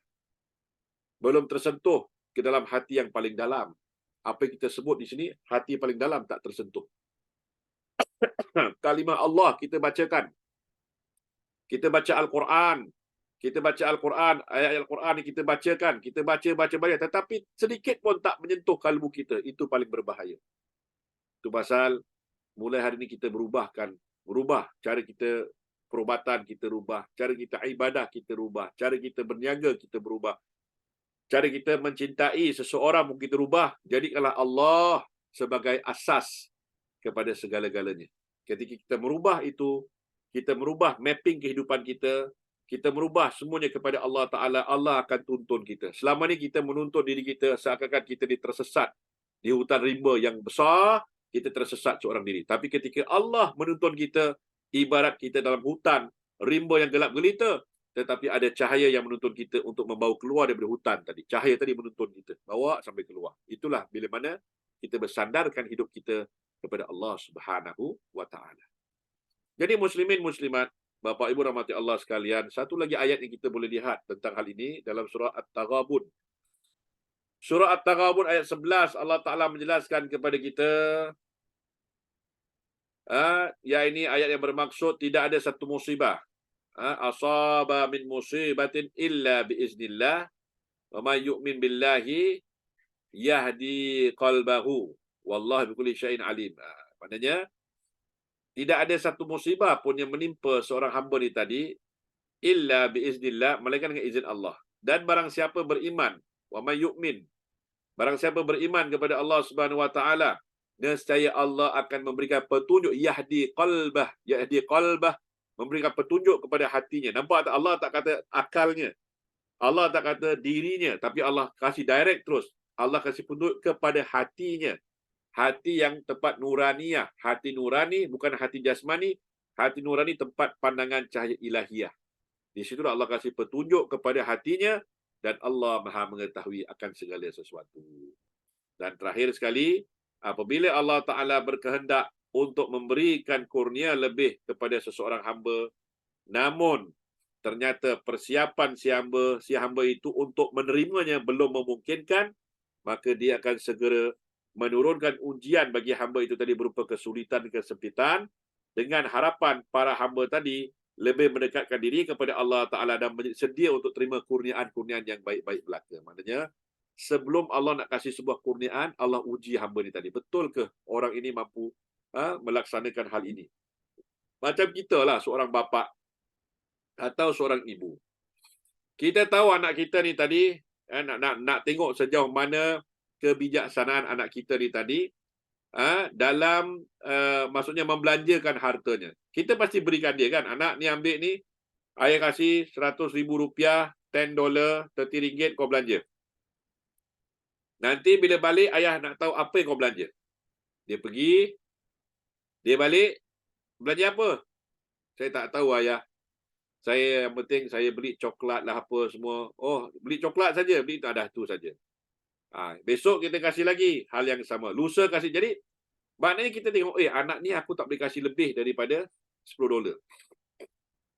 Tak boleh kasih lebih daripada RM100,000. Tak boleh kasih lebih daripada RM30. Pasal apa? Dia hanya mampu belanja sekadar itu sahaja. Tetapi kalau ketika persiapan dia sudah siap untuk belanja $1,000 punya amount, makanya kalau kita kasih, nak belanja $1,000, balik dia kata, ayah, $1,000 saya 10% saya sudah sedekah ni atas nama ayah, ibu. Lepas tu ini saya belilah Al-Quran, ini saya belanja diri saya, ini saya beli barang-barang untuk bermanfaat ini. Dia tahu nak belanja. Makanya kita kata, oh, anak ini mampu belanja $1,000 punya wang ringgit. Ketika dia boleh belanja, kita naikkan lagi. Kasih RM10,000 pula. Tengok. Jadi itu Allah Ta'ala. Allah tak akan mau langsung kasih kita sebuah nikmat. Tiba-tiba jatuh jadi macam Qarun. Qarun kan minta macam gitu dengan Nabi Musa. Doakan aku kaya raya Nabi Musa. Nanti aku akan tolong perjuangan Islam. Okey, Nabi Musa doakan. Seorang doa daripada seorang Nabi ijabah. Allah takkan tolak doa seorang Nabi. Dikabulkan dia jadi kaya raya. Ketika sampai kepada haul dan nisab, Nabi Musa hantar orang untuk kolek zakat. Zakat tadi 2.5% bukan harta kita. 2.5% ialah harta orang lain, 8 asnaf yang ada dalam harta kita. Dan kenapa kita kena keluarkan? Pasal kita sudah dikategorikan sebagai orang yang kaya. Kaya mana apa? Sudah melebihi nisab dan haul yang sudah ditetapkan. Begitu. Jadi bila kita dah faham konsep ni tadi, kita faham betul-betul konsep, Allah tidak zalim sebenarnya. Bila kita belum mampu mengelolakan harta sebesar itu, maka Allah berikan kekuatan hanya sekadar apa yang kita boleh mampu jalankan. Seketika mana kita sudah mampu melebihi itu, baru Allah berikan. Pasal tidak mau nanti kalau kasih lebih, macam sekarang kita tengok. Bapaknya, Masya Allah, kaya raya betul. Tapi anak belanjakan harta, pergi diskotik, beli kereta mewah-mewah, mobil mewah-mewah, womanizer, ada yang ni macam hayal, budaya Indonesia akhirnya rosak. Jadi maknanya harta tadi tidak dimaksimalkan untuk mengembangkan umat, tapi merosakkan dirinya sendiri. Ini berlaku banyak dalam hari ini kita boleh lihat. Bagaimana budaya hedonisme, anak-anak muda, mak bapak dia kaya raya, tapi dia hidup tanpa pendirian. Kenapa tidak dilatih? Itu pasal Allah Ta'ala tadi sayang kepada kita orang beriman. bersabarlah. Ketika kita belum lagi mampu untuk mengeluarkan harta yang banyak, Allah Maha memahami. Allah tidak mau kita jadi Qarun. Maka Allah Ta'ala uji kita dengan hal tersebut. Begitu juga dengan kesakitan. Ketika kita ni tadi, Allah tahu ada hikmah. Kenapa? Nabi Ayub ketika sudah sampai tahap penghujungnya, dia berdoa kepada Allah minta kesembuhan, dan Allah Ta'ala sembuhkan pasal sudah sampai tahapnya untuk diberikan kesembuhan. Dan dia sudah rela. Dia kata, kalaulah memang ini kematian, suatu kepastian dan aku akan diambil nyawanya, aku sudah redha. Tapi kalau ya Allah, memang ini ada sebuah kesembuhan, sembuhkanlah aku ya Allah, agar usia-usiaku, sisa-sisanya dapat digunakan untuk khidmat kepada agama Allah. Maka Allah sembuhkan. Itu pasal bagi kita yang sakit, jangan kita pernah rasa, orang kata apa, kecewa. Ini semua jangan ada. Hilangkan sifat kecewa. Hilangkan sifat kecewa, hilangkan sifat unmotivated, hilangkan sifat-sifat yang seperti kita tak ada harapan, kerana selagi mana roh kita di kandung badan, pernafasan kita ada, kita masih ada harapan untuk menjadi yang lebih baik, boleh sembuh. Kuncinya ialah yakin, sandarkan diri kita kepada Allah Ta'ala dan bersihkan kalbu kita. Hati kita perlu bersihkan dengan perbanyakkan zikir kepada Allah Subhanahu wa Ta'ala. Jadi akhir kalam itu saja penyampaian. Dan apa kata Syekh bin Athaillah, ada sikit lagi sebelum kita tutup. Ini ada satu pesanan terakhir kata Syekh bin Athaillah. In aradta wurudal mawahibi alaika sahihil faqra wa faqatal ladaika innamas sadaqatu lil fuqara. Maksudnya apabila engkau, kata Syekh bin Athaillah, menghendaki datangnya pemberian Allah kepadamu, maka sesungguhnya dia kata apa? Bersungguh-sungguhlah dalam merasakan kefakiran dan kesusahan yang kau alami. Sungguh-sungguh rasa. Saya dah kasih tahu awal-awal kemarin, kalau berdoa, minta pada Allah, anggap kita ni miskin. Anggap betul-betul miskin. Ya Allah, aku ni miskin. Ya Allah, aku tak punya apa-apa. Orang dengar sebelah kita berbohong pula Kak Long ni. Dia kata tak punya apa-apa. Kat luar ada kereta Mercedes. Kat rumah, rumah sampai 3 lantai, 3 level ni rumah, mansionette lagi, rumah private home. Duit banyak, dia kata dia miskin. Pembohongnya tak. Memang Allah nak macam gitu. Kita ada memiliki apa-apa yang kita miliki ni tadi, semuanya itu milik Allah, bukan milik kita. Jadi kita mengakui tentang diri kita ni, Allah, aku tak punya apa-apa. Allah lebih suka. Kita macam orang yang mengemis kepada Allah, lebih suka. Lebih suka seperti itu. Kita mengemis kepada Allah, kita mengadu kepada Allah, ibarat orang yang betul-betul fakir miskin yang tak punya apa-apa. Allah lebih suka kita mengadu seperti itu. Dan kita merasakan benar-benar kesusahan yang kita alami, dan kita rasakan sudah tiada pertolongan, hanya ada Allah saja yang kasih jalan keluar kepada apa yang kita hadapi. Sudah cukup. Itu sudah cukup bagi Allah untuk mengangkat keadaan kita. Dan ketahuilah sesungguhnya yang berhak menerima pemberian sedekah itu hanyalah orang yang fakir. Nampak tak? Yang berhak. Kata Syekh bin Athaillah, yang berhak menerima sumbangan-sumbangan ialah orang fakir. Maka yang berhak Allah mengijabahkan doa-doa mereka yang orang yang betul-betul fakir di hadapan Allah Subhanahu wa Ta'ala. Dan dalam rangkaian mutiara hikmah ini, kata Syekh Ibn Athaillah, mengingatkan kepada kita bahawa tidak wajar seorang hamba meminta sesuatu sedangkan semua keperluannya telah Allah penuhi. Allah dah penuhi, maka tidak wajarlah kita minta sesuatu. Tetapi bila mana kita belum rasa terpenuhi, maka rasalah diri kita seperti orang fakir ketika berdoa kepada Allah Subhanahu Wa Taala. Begitu juga orang yang sudah terpenuhi, dia mau menambahkan lagi, rasakan dia orang fakir. Tetapi harta dimiliki tadi pastikan bukan untuk ditumpuknya, bukan untuk dikumpulnya. Dikasih satu gunung nak satu gunung, dikasih satu bukit nak 2 bukit, bukan. Tetapi untuk fi sabilillah, kekayaan dia untuk membeli jalan menuju ke syurga Allah Subhanahu Wa Taala. Jadi akhir kalam daripada penyampaian pada pagi ini, alhamdulillah, semoga malam 25 lah, malam Lailatul Qadar, kita tengok matahari tak berapa menyengat. Ada beberapa tanda-tandanya. Semoga mudah-mudahan semalam tu Lailatul Qadar buat kita semua dapatlah kita 1000 bulan punya pahala amalan digandakan Allah Ta'ala. Dan ingat, bukan sekadar berhenti di situ atau di malam semalam, kita harus terus meningkatkan ibadah kita, nilai kualiti iman kita kepada Allah Ta'ala, bukan untuk mengejar Lailatul Qadar semata-mata, tetapi untuk menjadi orang yang baru, semangat yang baru, diri yang baru bila masuk bulan Syawal, Zulqa'dah sampai bertemu Ramadan yang akan datang. Itu matlamat kehidupan kita. Dan hari ini, solat kita, ibadah kita, doa kita, apa yang kita hadapi, harus kita betul-betul ikhlas kerana Allah Subhanahu Wa Taala. Dan tidak lupa juga kepada sekalian orang-orang yang sudah infak, sudah bantu. Alhamdulillah banyak sudah terbantu, terutama orang-orang yang berada di Pulau Bawean. Anda yang kemarin sudah berikan beberapa sumbangan, sudah saya sampaikan kepada wakil di sana untuk memberikan orang fakir miskin dan anak-anak yatim, antaranya habuan, kita kasih habuan, kita belikan persiapan-persiapan hari raya kepada orang fakir miskin di Pulau Bawean kemarin. Alhamdulillah mungkin ada sekitar 50 keluarga miskin yang akan terjangkau, kita bantu di sana. Terima kasih banyak anda-anda yang telah berpartisipate dalam program Ibadah SG. Kemudian ada juga membantu dari segi memberikan iftar dan buka puasa untuk 12 pondok pesantren. Alhamdulillah sudah 2/3 terpenuhi. Sudah 2/3 terpenuhi, tinggal lagi 30% saja. InsyaAllah mereka akan dapat semuanya lah. Jadi ada beberapa hari ni lagi. Jadi siapa yang nak bantu lagi untuk memenuhi lagi 30% untuk 12 pesantren yang memerlukan kita punya sumbangan iftar dan buka puasa, silakan. Masih ada 30%, 70% dah terpenuhi. Alhamdulillah. Syukur banyak-banyak pada anda yang telah membantu. Kemudian jangan lupa juga untuk korban tahun ni, alhamdulillah sudah hampir 80%. Yang booking tadi dah 80%. Bila mana 1000 ekor sudah lengkap dengan promotionnya, saya akan tutup. Kita akan buka harga yang normal sahaja. Jadi pastikan anda jangan sampai ketinggalan.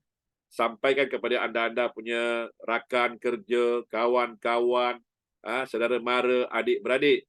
Walaupun anda tidak korban, mungkin tidak ada kemampuan tahun ini, tak mengapa. Tapi Nabi pernah bersabda, man dalla ala khair kafa'ilihi. Kita sampaikan kebaikan-kebaikan yang orang lain buat, kita akan dapat pahala yang sama. Apatah lagi di bulan Ramadan. Pahala bukan pahala korban biasa, tapi korban luar biasa, pahala digandakan terus. Itu pasal ada hikmah. Kenapa kita bikin kempen di bulan Ramadan? Kerana memberikan anda momen di mana bulan Ramadan, segala sumbangan bukan sumbangan biasa, tapi luar biasa akan digandakan Allah Ta'ala berlipat kali ganda untuk diberikan pahala banyak kepada kita semua. Kemudian, yang terakhir sekali, Rumah Al-Quran. Alhamdulillah, sampai sekarang di Rumah Al-Quran, kemarin ada 220 slot, sekarang dah tinggal 200 slot. Alhamdulillah, terima kasih banyak. Sekarang masih tinggal 200 slot, jadi siapa-siapa yang ingin menyumbang wakaf untuk Rumah Al-Quran masih terbuka. Kita lagi 200 slot. Ketika slotnya lengkap, barulah kita akan beli sebuah bangunan yang sudah siap. Kita tidak mau bangunkan daripada awal, tapi kita beli bangunan yang dah siap untuk kita jalankan program Rumah Al-Quran Sofia, insya-Allah. Jadi, terima kasih banyak yang tak terhingga kepada para jemaah daripada Singapura, daripada Malaysia, daripada Indonesia dan daripada Australia yang semua ikut bergabung dengan kita pada pagi ini. Dan jangan lupa program petang kita semalam petang, saya tengok banyak mungkin tak dapat link yang sama, tapi tak mengapa, nanti saya akan sharekan lagi link tersebut. Linknya link yang sama untuk setiap petang pukul 5 petang waktu Indonesia dan pukul 6 petang waktu Singapura dan Malaysia. Mereka mengadakan kuliah oleh asatizah tempatan, akan menyampaikan topik-topik yang menarik untuk terus membakar motivasi kita untuk terus beribadah kepada Allah Subhanahu Wa Taala di 10 malam terakhir. Jadi jangan kita tinggalkan peluang tersebut. Nanti insya-Allah linknya akan saya sharekan. Dan insya-Allah pada besok kita akan masuk lagi satu bab, bab yang kurang pentingnya juga, iaitu apa dia, akuilah kelemahan kita dan kehinaan diri kita di hadapan Allah Ta'ala, baru Allah akan bantu kita. Apa maksud kata-kata Syekh Ibn Atha'illah ini? Akan kita selami pada besok selepas subuh, insya-Allah Ta'ala anhu. Nantikan jam yang sama, 5.45 pagi di Indonesia, 6.45 pagi di Singapura dan Malaysia. Kalau Australia, saya tak tahu pukul berapa. Mungkin nanti cari timing, nanti kita masukkan time kat situ. Jadi sekian, itu saja penyampaian saya pada pagi ini. Jadi ada sebarang soalan, silakan bertanya. Soalan-soalan yang ada ingin bertanya, silakan. Siapa-siapa yang ada soalan, boleh tanya, silakan. Soalan terbuka. Soalan umum ke, soalan puasa ke, soalan apa ke nak tanya, boleh tanya. Salam Ustaz. Salam, khabar? Sihat Baik. Apa soalannya Ibu? Rumah Quran satu slot berapa Ustaz? Satu slot $150 sahaja. Satu slot $150. Kita tinggal lagi 200 slot sahaja. Genap 200, kita akan tutuplah untuk kita beli bangunan dah siap untuk bikin program Rumah Quran insya-Allah. Ni kat mana Ustaz Dekat Indonesia. Indonesia dekat kawasan Jawa Barat, area kawasan Bogor insya-Allah. So nak transfer tu macam mana? Boleh transfer, boleh call Ustaz Syamil, Ustazah Maria atau Haji Nur, atau kalau transfer akaun saya kasih dekat mana ni? Chat box ni, saya kasih. Yang kat advertisement tu Ustaz Advertisement tak ada, advertisement cuma company punya account. Kalau nak direct saja, nak terus saya laksanakan, ni saya kasih share dekat chat box ni. Account PSB saving boleh transfer, kemudian ada nombor telefon nanti saya berikan, boleh kasih saya nama, kemudian berapa orang yang berhajat tadi yang transfer untuk wakaf dan jumlahnya berapa dan bukti transfer. Nanti kita akan bukakan resit. Tujuannya bukan kenapa kita minta nama. Kadang orang kata tak apalah Ustaz, hamba Allah cukup. Bagus. Tapi bila kita minta nama supaya bila Quran sudah didirikan, dah berjalan, nama-nama yang akan mewakafkan kita akan minta anak-anak akan terus doakan mereka. Inilah termasuk saham akhirat yang kita boleh bantu kepada para penyumbang yang memberikan wakaf tadi. Begitu. Okey, clear Lagi InsyaAllah. Baik. InsyaAllah. InsyaAllah.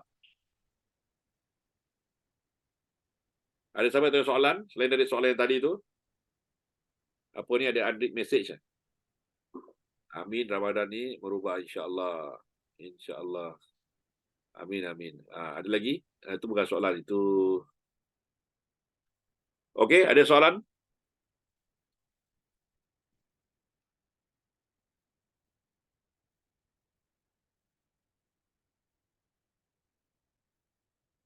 Tak ada? Semua faham? Atau tidur ni, senyap je? InsyaAllah faham Ustaz. InsyaAllah okey. Jadi insya-Allah kita akan jumpa lagi pada besok pada jam sama. Saya dah berikan di chat box account bank PSB 0224099379 atas nama saya, kemudian ada phone number, kasih phone number Singapore. So siapa-siapa yang dah bikin sila WhatsApp jangan diam, saya kena WhatsApp pasal kita akan isukan resit insya-Allah. Jadi itu saja penyampaian pada pagi ini, semoga bermanfaat untuk semuanya. Segala apa yang baik dari Allah Taala, kekurangan terkasar bahasa mohon maaf. Insya-Allah jumpa lagi. Wabillahi taufiq wal hidayah wa biridha wal inayah. Wassalamualaikum warahmatullahi taala wabarakatuh. Waalaikumsalam warahmatullahi wabarakatuh. Syukran Ustaz. Ya, afwan.